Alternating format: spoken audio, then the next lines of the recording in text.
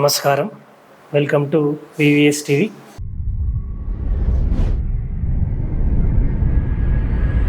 పేరు వీరన్న. చదువు పరంగా యోగాలో ఎంఎస్సి చేశాను. స్వామి వివేకానంద యోగా యూనివర్సిటీ బెంగళూరులో. ప్రస్తుతం ఫుల్ టైం యోగానే వృత్తిగా ఎంచుకున్నాను.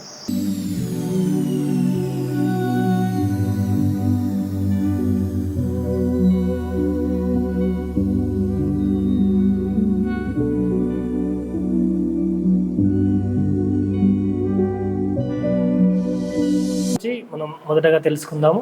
యోగా అనేది యుజ్ అనే సంస్కృత పదం నుండి పుట్టింది. యుజ్ అంటే కలపడం. శాస్త్రం పరంగా యుజ్యతే అనేన ఇతి యోగ.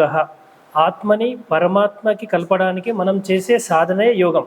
దానికోసం చాలా మార్గాలు ఉంటాయి. స్వామి వివేకానంద చెప్పిన ప్రకారం రాజయోగం, భక్తి యోగం, కర్మయోగం, జ్ఞానయోగం, ఈ 4 మార్గాల్లో మన జీవన శైలికి ఏ మార్గం సులువుగా ఉంటుందో మనం తెలుసుకొని సాధన చేస్తూ మనం ఆత్మ జ్ఞాన స్థితి లేదంటే మోక్ష స్థితికి వెళ్ళడానికి మనం సాధన చేసుకోవాలి. రాజయోగ చాలా ప్రాముఖ్యం. అందులో అష్టాంగ యోగా ఉంటాయి. యమ, నియమ, ఆసన, ప్రాణాయామ, ప్రత్యాహార, ధారణ, ధ్యాన, సమాధి. చాలా కష్టమైన సాధన. ఈ సాధన చేయడానికి చాలా విల్ పవర్ అవసరం. మిగతా 3 మార్గాలు జ్ఞానయోగం. జ్ఞాన మార్గంలో మనం మోక్ష స్థితికి ఎలా వెళ్ళిపోవాలి. కర్మ మార్గం, కర్మ ఏ విధంగా చేయాలి, ఆ పద్ధతులు ఏంటి, ప్రోగ్రెస్ ఎలా ఉండాలి, ఆత్మస్థితికి చేరుకోవడానికి, మోక్ష స్థితికి చేరుకోవడానికి మార్గాలు ఏమిటి. సో ఇంకోటి భక్తి యోగం. భక్తి యోగం చాలా సులువు. భక్తి మార్గంలో పంచ మహాభావాస్ ఏంటి, 9 భక్తి మార్గాలు ఏంటి తెలుసుకొని మనం సాధన చేస్తూ మనం యోగ యొక్క అంతిమ స్థితి మోక్ష మార్గం, రైట్, ఆత్మజ్ఞాన స్థితి, ఆత్మ సాక్షాత్కారం, సమాధి స్థితి అంటారే, ఆ అంతిమ స్థితికి చేరుకోవడానికి ఈ 4 మార్గాలు ఉంటాయి. పరంగా ఆలోచిస్తే యోగ సాధనలో మన జీవన శైలి ఎలా ఉండాలి, ఆహారపు అలవాట్లు ఎలా ఉండాలి, ఆసనం ఎలాంటి ఆసనం వేయాలి, శరీరం యొక్క స్థితి ప్రకారంగా మన ఆరోగ్య స్థితి ప్రకారంగా ఎలాంటి ఆసనం వేసుకోవాలి, సో బెనిఫిట్స్, లిమిటేషన్ తెలుసుకుంటూ మనం ఎలా సాధన చేయాలి, సూర్య నమస్కార, ప్రాణాయామం, మెడిటేషన్, మన జీవన శైలికి అంటే ఏదో ఒక మనం జీవనం కొనసాగించాలి, మన ఆధారంగా మన కుటుంబం కూడా ముందుకెళ్ళాలి. కాబట్టి సో ఈ యుగంలో మనం ఏదో ఒక వృత్తి చేస్తూనే మనం యోగాని ప్రతిరోజు సో నిత్య సాధనగా ఎంతసేపు యోగా చేసుకోవాలి, సో మన వర్క్ స్టైల్ ప్రకారంగా వృత్తి ఆధారంగా ఎలాంటి యోగా చేసుకోవాలో మనకి క్లుప్తంగా యోగాలో ఉంటుంది. సో దాన్ని మనం తెలుసుకునేందుకు ప్రయత్నిద్దాము. ఎలాంటి అనారోగ్యం లేనప్పుడు ఏ హెల్దీ పర్సన్ సో ప్రతిరోజు 1 అవర్ యోగా చేద్దాం అనుకున్నప్పుడు సో ఒక 10 నిమిషాలు డిఫరెంట్ వార్మప్ చేసుకొని ఒక 12 రౌండ్స్ సూర్య నమస్కారం చేసుకొని ఒక 12 యోగాసనాలు, టైం లేదంటే ఒక 10 ఆసనాలు వేసుకొని ఒక 5 నిమిషాలు విశ్రాంతి పొందాలి. తర్వాత మనకు కావాల్సిన ఒక 3-4 ప్రాణాయామం చేసుకొని ఒక 5 నిమిషాలు ధ్యాన స్థితిలో కూర్చొని మిగతా మన జీవనం కొనసాగించాలి.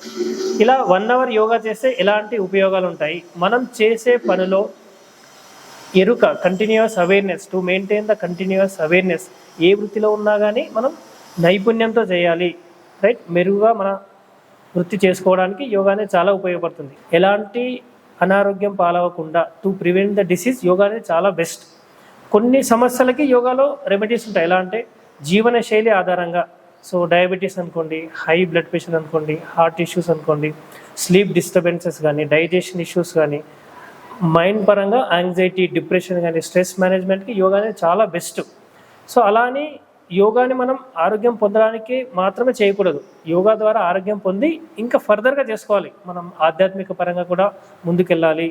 సో మన ఆరోగ్యం కరెక్ట్గా ఉండాలి. ఆరోగ్యం అంటే మనం శారీరకంగా, మానసికంగా, సామాజిక పరంగా కూడా మనం మంచిగా ఉండడానికి యోగానే చాలా ఉపయోగపడుతుంది. యోగా అనగానే ఏదో ఆసనాలు చేయడం, ప్రాణాయామం చేయడం, ధ్యానం చేయడమే కాకుండా సో మన జీవన శైలి ఫస్ట్ మనం ముఖ్యంగా ఈ మధ్య చూస్తుంటే ఎక్కువ మంది నైట్ షిఫ్ట్ చేయడం, సో ప్రకృతికి విరుద్ధంగా వర్క్ చేయడం, సో ఆహారం కూడా ఎలా తీసుకోవాలి, మన ఆయుర్వేదంలో ఉంటుంది ఏ సీజన్కి మనం ఎలాంటి ఆహారం తీసుకోవాలి, రైట్, మన శరీర తత్వాన్ని బట్టి ఎలాంటి ఆహారం తీసుకోవాలి ఉంటుంది.